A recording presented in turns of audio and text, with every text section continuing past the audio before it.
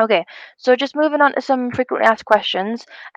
Question number one being, can your GCSE results affect admission into university? So it can affect admission. So it's really in your best interest to try your hardest at your GCSEs to try and achieve that grade 4 or higher, specifically in your English and maths, because that's something that you're definitely going to need if you want to go onto university level.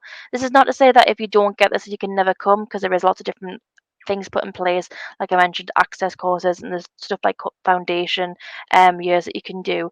But to make your life easier, it is in your best interest to try and get that grade 4 in English and maths so that you can really focus on the other qualifications that you need to get onto that specific course. Do you need to study a subject at university that you previously studied at college or sixth form? This is like an ish answer. So most of the time, no. So I did an English and creative writing degree, and I didn't even need to have an English A level to go and do that. But had I wanted to go and do the degree for medicine, I would have needed that my science and my maths at a specific level. So it's really worthwhile working backwards. So in the next couple of years, when you're thinking about university, think about what you might like to do, and then have a look and see if there's any what's called prerequisites, which is where you need to have a specific qualification at a specific level, just so you're not caught out. It would be the worst thing in the world to be applying for university, only be told, well, you can't do that course because you didn't take A level biology. So knowing exactly what you need to do before you even need to do it is really worthwhile so that you don't get caught out. Where do you live while studying at university? So it depends. If you're staying local, you could travel in every day, or you could maybe move out and live in halls of residence, which is residence that's managed by the university. If you're moving to a completely different place, then more likely than not, you're going to move into halls for your first year, but then maybe in your second and third year, you might have made friends on your course or elsewhere in the university, and then you can move out into like a student house together. So it just depends on what's the best fit for you. So what support is available? So there's lots of different support available because we want to make sure that everyone has all the help that they need at university. So this could be well-being support, if you're going through like a tough time, disability, if you need like extra time in exams or you need a special bit of equipment to do your work, then they can help you source that. Academic support, making sure that you're on task for all your assignments.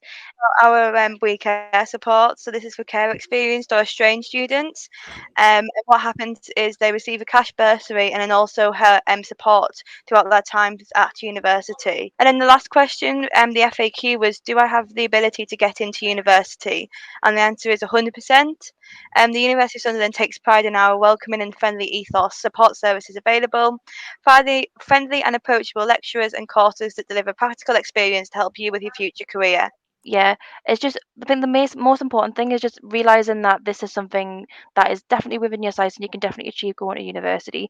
But there's a lot of ownership on you doing lots of work to figure out what is it that you want to do, because we discovered through all those different slides, there is loads of choice out there. So figuring out exactly what you want to do is your first step into what One thing that you mentioned that I would like to pick out was you mentioned about choosing the right course, and some things are very subject specific. So I think a lot to take away for people who are perhaps, coming towards, doing their GCSEs and thinking about A levels is that you kind of have to do a bit of forward planning to kind of oh yeah, get when you're definitely. getting up to your sixth form and A level kind of like applications as well for uni, to know any of the prerequisites and course requirements, because that is a big thing when you might decide you want to be a doctor and then you don't have the right A levels or something, that can hinder you. So that's something definitely to keep in mind for our younger sort of viewers. Just want to say thank you very much, Jess, for an amazing presentation, and I think hopefully a lot of valuable insights that people can take away. But I think from what I've gathered as well from listening is that there's a lot of you can do your own individual research and kind of choosing a course that's right for you. I think perhaps when people are choosing subjects at GCSE or A level, it's not really worth it to consider things which your friends are doing, because it's like a very personal choice. So I think kind of doing the research by yourself and then seeing where your skills lie, what you might want to be doing in the future, it's a lot of useful things for people to take away. So thank you very much, and hopefully we can hear back from you soon. But thank you very much everyone for attending, and thank you. Great. Thank you.